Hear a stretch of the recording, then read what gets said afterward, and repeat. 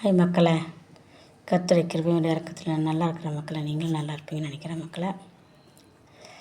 அதாவது மக்களை என்ன சொல்ல வரேன்னா, நீங்கள் நான் எல்லாம் சீரியஸாக சொல்கிறதுனால என்னன்னு தெரில, என்னோடய சேனலை நீங்கள் பார்க்குறதில்ல, என்னோடய வீடியோக்களை யாரை சப்ஸ்கிரைப் பண்ணுறதில்ல, லைக் பண்ணுறதில்ல மக்களை. அதனால் ஒரு சிலர் பார்க்குறாங்க, நான் லைக் பண்ணுறதில்ல. ஒரு லைக்கு தானே அதை அமுத்தி விட்டு போனால் உங்களுக்கு என்ன குறைஞ்சி போயிடும் மக்களை. இதில் என்ன நீங்கள் ஒரு லைக் பண்ணனால நான் கோடீஸ்வரனாக இருப்பேன், ஒன்றும் இல்லை.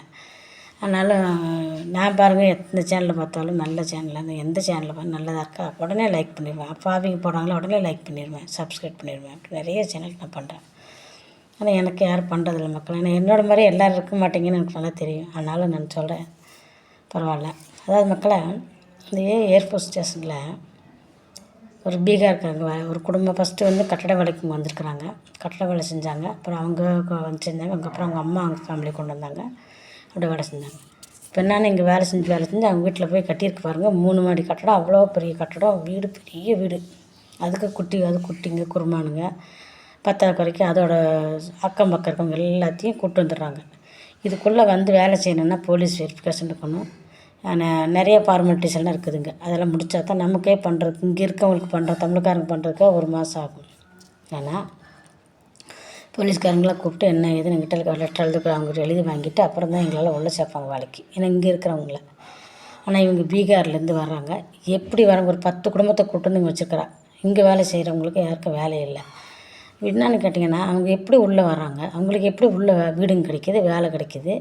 அது இல்லாமல் இவங்க எப்படி இந்த போலீஸ் வெரிஃபிகேஷன் இதெல்லாம் எப்படி பண்ணுறாங்க, என்ன ஏதுன்னு ஒன்றுமே ரேஷன் கார்டுலேருந்து எல்லாம் பண்ணிடுறாங்க மக்கள். ஒன்றுமே நமக்கு தெரியறதில்ல. ஆனால் 10 ஃபேமிலி பக்கம் கூப்பிட்டு வந்து போய் கூப்பிட்டு வந்துடுறா. இங்கே ஆள் வச்சு வேலை வாங்கிட்டு இருக்காங்க மக்களை.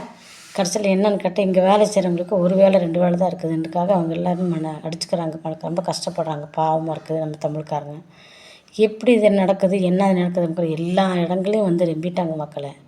இனி டீ கடைங்க பார்த்திங்களா, மூளைக்கு டீ கடை வச்சுட்டானுங்க. இந்த டீ கடையில் 10 பேர் நம்ம ஆளுங்க போய் குடிச்சிட்ருக்கானுங்க. நம்ம ஆளுங்க டீ கடையில் ஓட்டிகிட்டு இருக்காங்க ஆச்சுங்களா. பாருங்கள், எங்கே அசுத்தம் இருக்குதோ அங்கே தான் ஜனங்க கூடுறாங்க. எங்கே சுத்தம் இருக்குதோ அங்கே கூடுறதில்ல, செய்கிறது இல்லை. சுத்தத்தில் இருக்க மாட்டாங்க. அசுத்தங்களை தான் போய் கூடி நின்று காப்பி குடிச்சிக்கிட்டு அவன் திட்டு மேலே உட்காந்துக்கிட்டு அது இஞ்சி நொட்டு தட்டிக்கிட்டு வெக்கமையெல்லாம் போய் உட்காந்து குடிச்சிட்டு அவனை நல்லா உருவாக்குறாங்க. இன்றைக்கி பார்த்திங்கன்னா அவன் தான் கோடீஸ்வரனாக இருக்கிறான். நீ ஒரு கடையில் ஒருத்தனை வேலைக்கு நீ வச்சேன்னா அடுத்து அவங்க கடைக்கு முன்னாடியே ஒரு கடையை வச்சிருவான் அவன் ஒன்று. ஏன்னா இங்கே இது நைட்டெல்லாம் திருடுவான், பகலெல்லாம் வேலை செய்வான் ஆச்சா. கடைசியாக திருடி கொண்டு போய் என்ன பண்ணிடுவான், நமக்கு முன்னாடியே நீ ஒரு டீ கடை வச்சுட்டே உனக்கு முன்னாடி நான் ஒரு ஹோட்டலில் வைக்கிறேன்டான்னு வச்சு உடனே கொண்டு போடுவான். எவ்வளோக்கு எவ்வளோ நீங்கள் முழிச்சுக்கிறீங்களோ அவ்வளோக்கு எவ்வளோ நீங்கள் தப்பிச்சுக்கிறீங்க மக்களை.